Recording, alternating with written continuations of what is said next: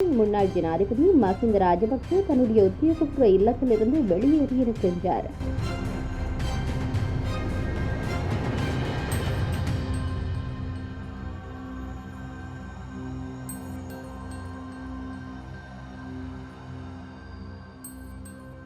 முன்னாள் ஜனாதிபதி மைத்ரிபால சிறிசேன கொழும்பில் உள்ள ஹெக்டர் கெபே கடுப மாவட்டத்தில் உள்ள தன்னுடைய உத்தியோகபூர்வ இல்லத்திலிருந்து வெளியேறியிருக்கின்றார். ஜனாதிபதியின் வரப்பிரசாதங்களை ரத்து செய்த சட்டம் மூலம் 150 மேலதிக வாக்குகளினால் நாடாளுமன்றத்தில் நேற்றைய தினம் நிறைவேற்றப்பட்டது.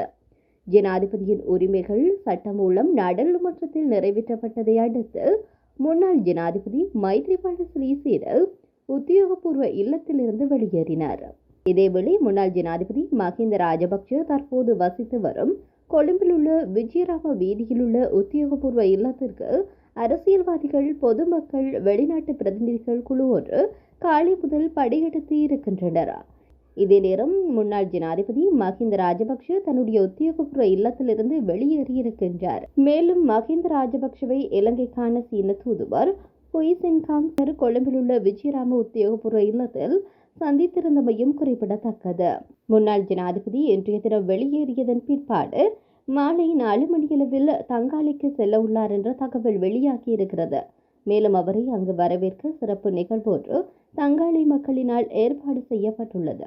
இவ்வாறாக முன்னாள் ஜனாதிபதிகள் தங்களுடைய உத்தியோகபூர்வ இல்லத்திலிருந்து வெளியேறியிருக்கின்றனர்.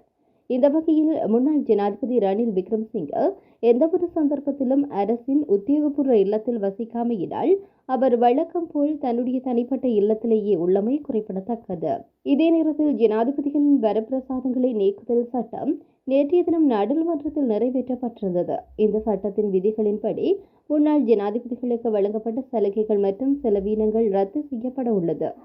இந்த நிலையில் கடந்த வருடத்தில் மாத்திரம் முன்னாள் ஜனாதிபதிகளுக்கு 9,85,48,839 ரூபாய் செலவிடப்பட்டுள்ளதாக பொதுமக்கள் பாதுகாப்பு அமைச்சர் ஆனந்த் விஜயபால பாராளுமன்றத்தில் தெரிவித்திருந்தார். சட்ட விதிகளின்படி முன்னாள் ஜனாதிபதிகளுக்கு அரசாங்கத்தினால் வழங்கப்பட்டுள்ள உத்தியோகபூர்வ இல்லங்களை மீண்டும் அரசாங்கத்திடம் ஒப்படைக்க வேண்டும். முன்னாள் ஜனாதிபதிகளான மஹிந்த ராஜபக்ஷ, மைத்ரிபால சிறிசேன மற்றும் சந்திரிகா பண்டாநாயக்க குமாரதுங்க ஆகியோர் உத்தியோகபூர்வ இல்லங்களை பயன்படுத்தி வந்த நிலையில் இந்த சட்ட மூலத்தினூடாக அவர்கள் அந்த இல்லத்தை விட்டு வெளியேறியிருக்கின்றனர். இதேவழியில் பாதாள உலக குழு செயற்பாடுகளை இல்லாதொழிப்பது தொடர்பில் முன்னாள் ஜனாதிபதி கோடபய ராஜபக்ஷவிடம் பாடம் கற்றுக்கொள்ள வேண்டும் என முன்னாள் அமைச்சர் SP திசாநாயக்க தெரிவித்தார்.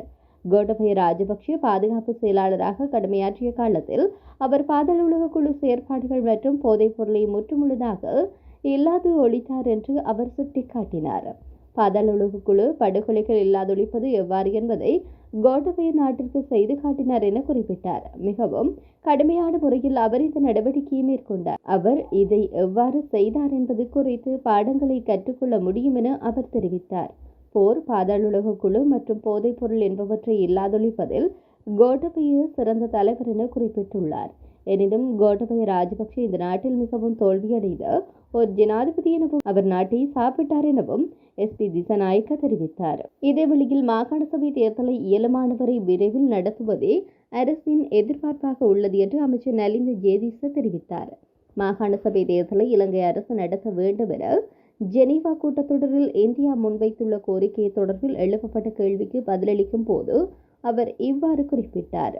இது தொடர்பில் ஊடகங்களிடம் அவர் மேலும் தெரிவிக்கின்ற போது, குறிப்பிட்ட காலத்தில் தேர்தல் நிச்சயம் நடத்தப்படும். மாகாண சபை தேர்தல் நடத்தப்படும் கால எல்லை பற்றி எனக்கு உறுதியாக கூற முடியாது.